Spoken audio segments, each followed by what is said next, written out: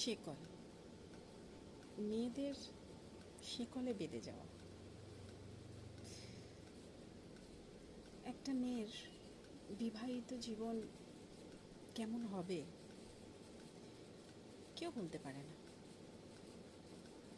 যতই তুমি সব দেখে শুনে একটা মেয়ের বিয়ে হয়, কেউ বলতে পারে না সে সত্যিই সেই পরিবারে গিয়ে সেই মেয়েটা মানিয়ে নিতে পারবে কিনা, সুখে থাকতে পারবে কিনা।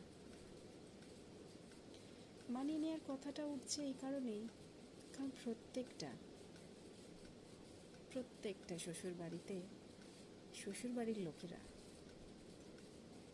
এটাই চায়, সব মানিয়ে নেবে, মানিয়ে গুছিয়ে সংসার করবে। সংসার তো তোমার। এই বাক্যটা প্রত্যেকটা বাড়িতে শ্বশুর শাশুড়ির কথা, একটা বাড়িও বাদ যায় না। আর মেয়ের মা বাবার আর কি করবে, বাধ্য হয়ে এই কথার মধ্যেই ফেসে যাওয়া, মানিয়ে নে না মা। আর কথা বললাম শিকলের, কিসের শিকল? বেরিয়ে না আসতে পারার শিকল। সেটা একমাত্র তার সন্তানই হতে পারে। যাদের সন্তান হয়নি তাদেরকে আমি সতর্ক করে বলতে পারি, আগে নিজের সংসারটাকে দেখো, সেখানকার চারপাশের লোকজনদের দেখো, মানে শ্বশুরবাড়ির লোকজন, তোমার হাজব্যান্ড কেমন, হাজব্যান্ডের পরিবার দেখো, বছর কাটাও, তারপরে একটা সন্তান আনো। কারণ একবার সন্তান এসে গেলে শিকলে আটকে যাবে। হ্যাঁ, দুটো পথ তো খোলাই থাকে, বাচ্চাকে নিয়ে আলাদা থাকা, না হলে কম্প্রোমাইজ করে সেই পরিবারে পড়ে থাকা।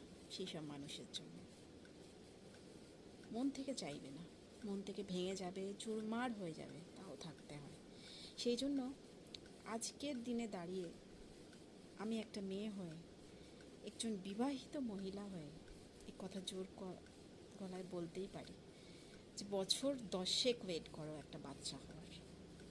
কারণ পরিবারটাকে আগে চিনে নাও, তারপরে একটা বাচ্চাকে পৃথিবীতে আনো। না হলে এই যে শিকলের বাঁধা না এপার থেকে ছিঁড়ে যাওয়ার কষ্ট, আবার থাকাও কষ্ট। এই যে কি কষ্ট, সে কষ্ট প্রতিটা মেয়ে বুঝতে পারছে, মেয়েরাই জানে। আমার কথাটা কোনো খারাপভাবে নেবে না, কারণ এটাই বাস্তব। আর বাস্তব কথা বলতে আমার মুখে আটকায় না। এই ভিডিওটা সেই সব